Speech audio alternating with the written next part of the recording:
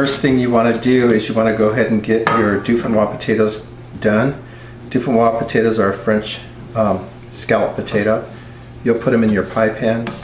You're going to peel them. You're going to use Swiss cheese, nutmeg, salt, and pepper.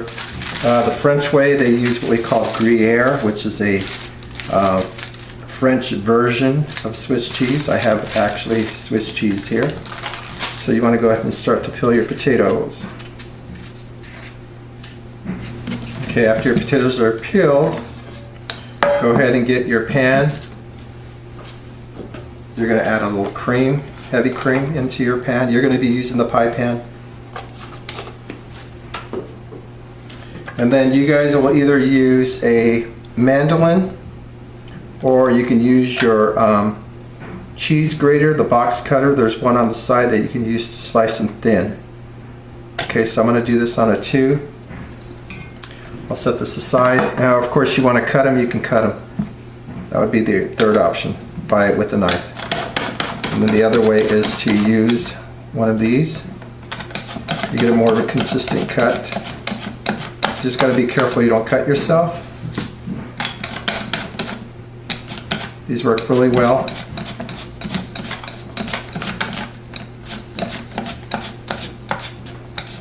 And then you just want to make sure that once you get to the end, not to...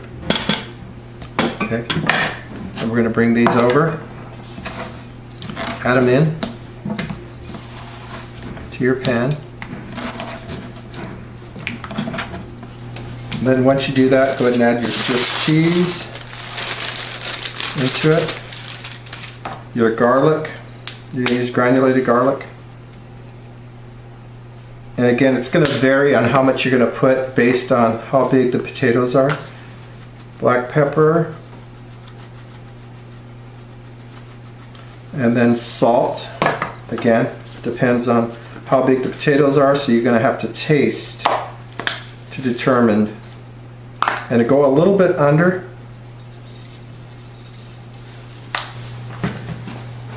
And finally, the key ingredient, nutmeg, roughly about a 1/4 teaspoon. You don't want it to be too strong. And you might want to get some gloves on, mix it up really good.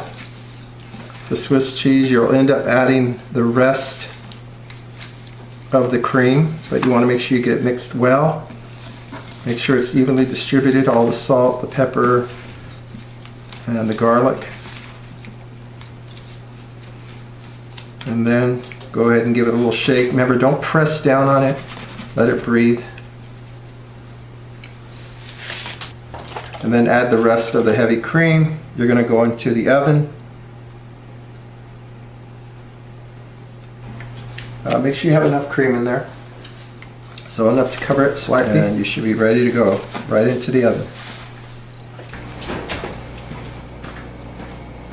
Okay, for the New York, again, you do want to season it aggressively. So we're going to go with some salt. And again, you do want to season it aggressively. I would season it on both sides.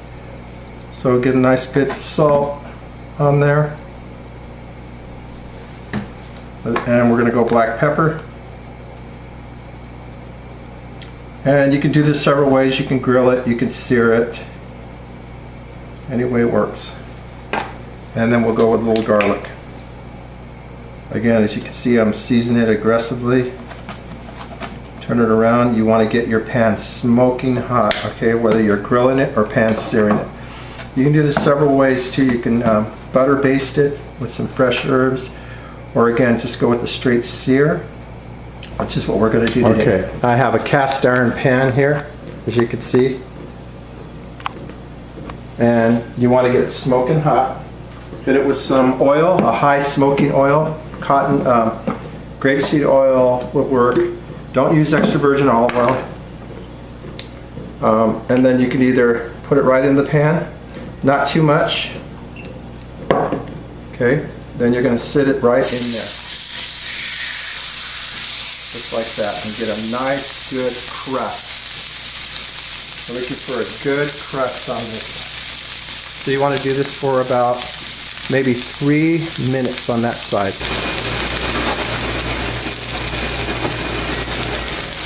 Okay, after about 3 minutes, this is what you're looking for. A nice, beautiful crust. Okay. turn it around, cook it on the other side for the same amount of time. This will take it to about, this will definitely take it to rare, but you might want to go into the oven directly if you want to cook it obviously longer. So we're going to take this to about a medium rare to a medium. So we definitely need to go into the oven.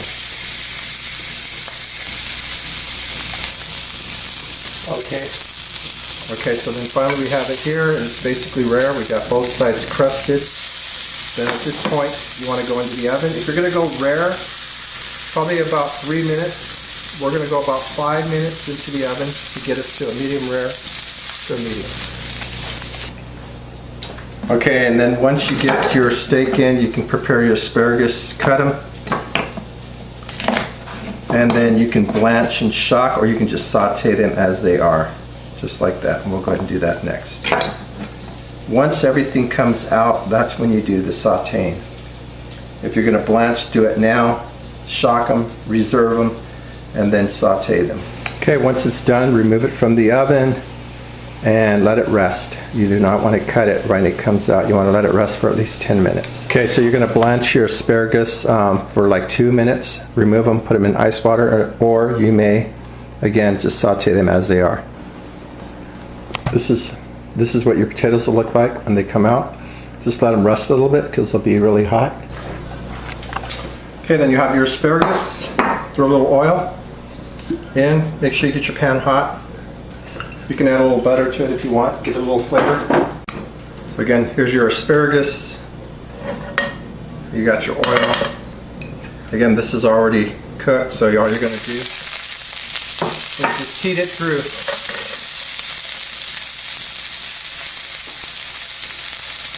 Little black pepper.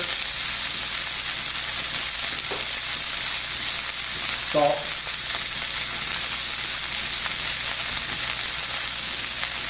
If you want to add garlic to it, you can.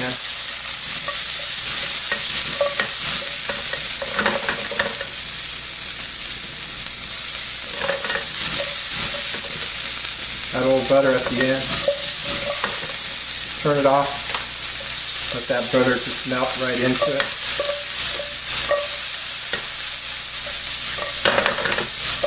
And then we'll serve it up. Okay, so when we're plating up, you want to always start with your potatoes. As you can see, they're right here. You want to make sure you show that crust. So plate it up, and again, any which way you want. Just make sure that your potatoes and the crust are on the top.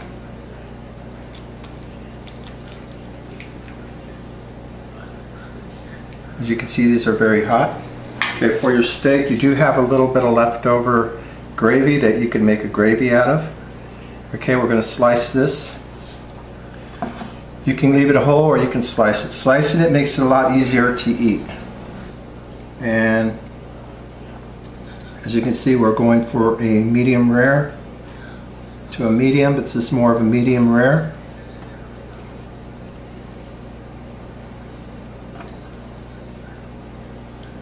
And then finally, if you want to use some of this gravy, put it right on the bottom. This is better than A1.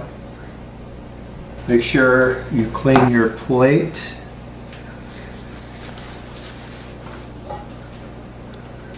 And then you're going to add your asparagus. It's always good to hide them on the bottom. So as you can see, I'm just kind of sticking them underneath, like so. And you can do your final arrangements.